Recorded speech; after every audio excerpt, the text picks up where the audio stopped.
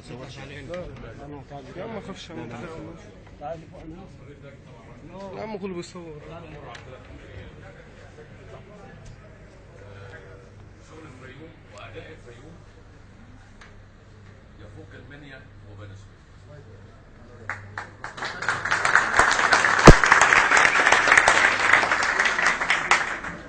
سواء في الاحداث او المجهود اللي تلا الاحداث والاختيارات اليوميه فيه، وانا يمكن يوميه مع السيد المدير حاجه مشرفه واداء مشرف. حاجه عايز اقولها لك لا هنكف ولا هنخاف.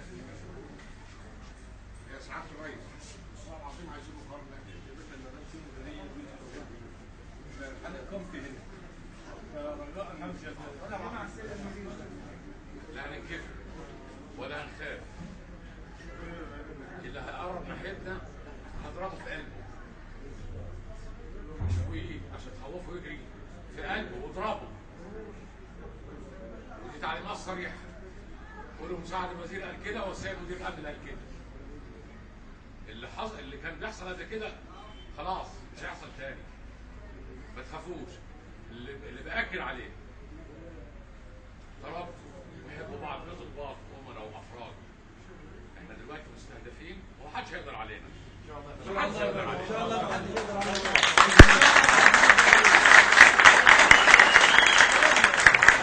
ده مش هيتحقق الا لما نقول زي ما بقول الكلمه بتاعتي واحده. ننسى الحاجات اللي كنا بنعملها كده. دلوقتي في اولويات. كل واحد فينا اولاده وزوجته وامه وابوه مستنيين يروح لهم اخر اليوم. ننسى الهيافات الحاجات اللي كنا في مرحله قبل كده. في اولويات. دلوقتي حياتنا بندافع عن حياتنا.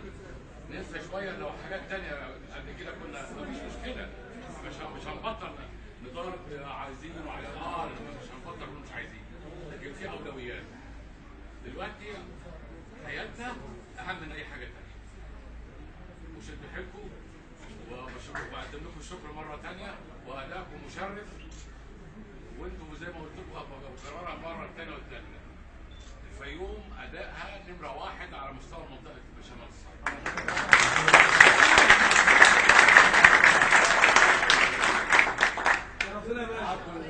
الشافعي بيه انا وهو مدرسه الامن العام ومدرسه المباحث. قلبنا ميت وقلبنا تقيل. دين بالكم وياما عشنا ومدة مليون مره في معموليات في البلاد اللي بتسمعوا عنها ايه؟ حمرا دوم خليته بيشتغل هناك. بيشتغل فيكم ابن عارف.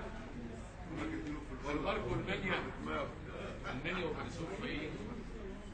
ناس طيبين وناس محترمين. الاجرام ابني. اسمعوا عن البلاد اللي اشتغل في الكواليس. يرنفوا النص بوصه والارتجاهات عندهم من عشرات السنين. كنا ننزلوا نعم؟ لا ده قصص هناك. ورغم كده كنا ننزل نقتل.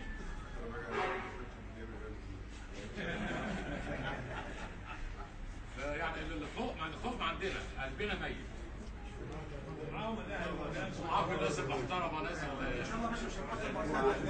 المحترمه اللي انا شفتها اخواتكم ومعاكم وربنا يكرمكم ان شاء الله ونسمع عنكم سمعكم ان شاء